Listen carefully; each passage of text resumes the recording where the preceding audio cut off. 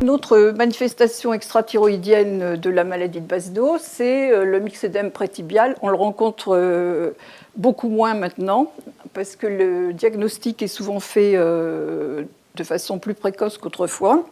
Donc on a des cas un peu moins typiques. Et alors, pour faire le diagnostic biologique, c'est quoi? Donc la TSH est complètement effondrée.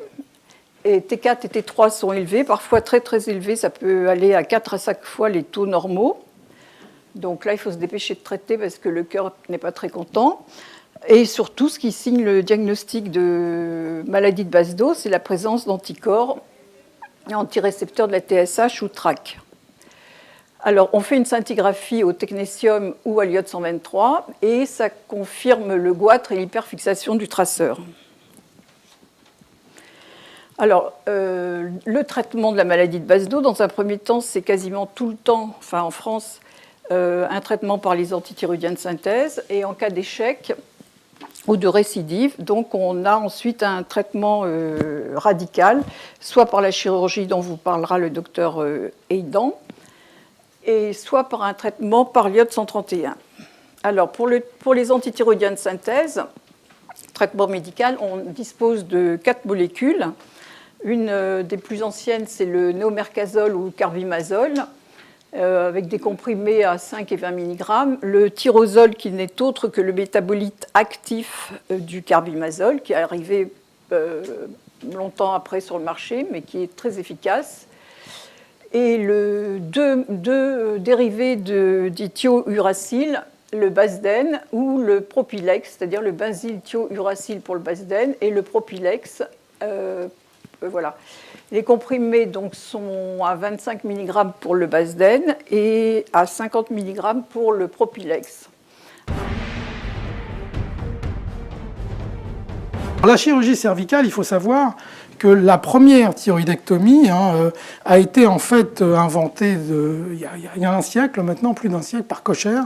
Elle n'a pas tellement évolué, cette chirurgie, c'est la chirurgie cervicale. Il a d'ailleurs eu le prix Nobel pour ce type d'intervention.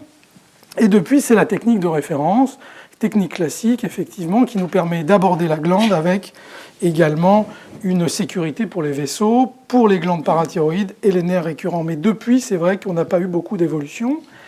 Des chirurgiens ont essayé d'inventer des techniques endoscopiques. Ça n'a jamais vraiment fonctionné. Pourquoi? Parce qu'on injectait du gaz. Vous savez que le gaz diffuse ensuite dans le médiastin, donc c'est pas très très bien supporté.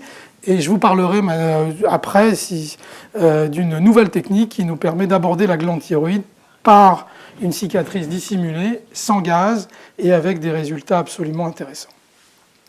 Alors, la pathologie qui nous intéresse, nous, pour résumer en gros la chirurgie, c'est 4 grandes pathologies. C'est les goitres. Là, les goitres, effectivement, c'est l'augmentation de la taille de la thyroïde.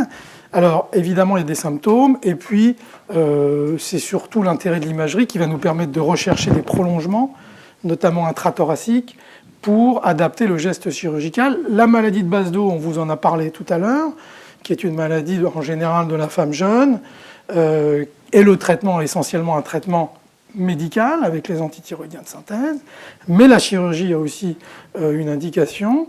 Les nodules, on va en parler avec la classification TIRAD qui s'appuie sur l'échographie. Et donc, il faut vraiment que vous ayez un très bon échographe pour la pathologie thyroïdienne. Et enfin, les cancers avec les nouvelles recommandations de l'American Thyroid de 2015. Alors, le goitre. Bon, le goitre, c'est assez simple, c'est une augmentation de volume de la glande thyroïde. L'augmentation de volume de la glande thyroïde, le goitre homogène, etc., tout le monde en voit, c'est fréquent. Il est hors de question d'opérer tous les goitres, évidemment. On opère les goitres que quand il y a des signes de compression, quand il y a des signes cliniques de dysphagie, de gêne, et puis avec une indication également de l'IRM et du scanner pour rechercher un prolongement endothoracique. Là aussi, ça va nous permettre d'analyser, de voir s'il y a une compression de la trachée, de l'ésophage, avec un risque éventuellement au niveau des nerfs récurrents. Les dysthyroïdies associées, donc c'est très important devant un goitre de faire des bilans hormonaux. Et enfin, s'il y a plusieurs nodules de ce goitre, donc ça associe la pathologie du goitre, donc la pathologie compressive, plus la pathologie des nodules. Et là aussi, on va tourner autour d'une indication chirurgicale en fonction du nombre de nodules, de la cytologie. Mais vous comprenez bien que s'il y a énormément de nodules dans une glande thyroïde, on ne peut pas aussi ponctionner tous les nodules. Donc on va rentrer dans des indications un petit peu plus larges et effectivement proposer une chirurgie avant que ce goitre augmente ou que les nodules dégénèrent.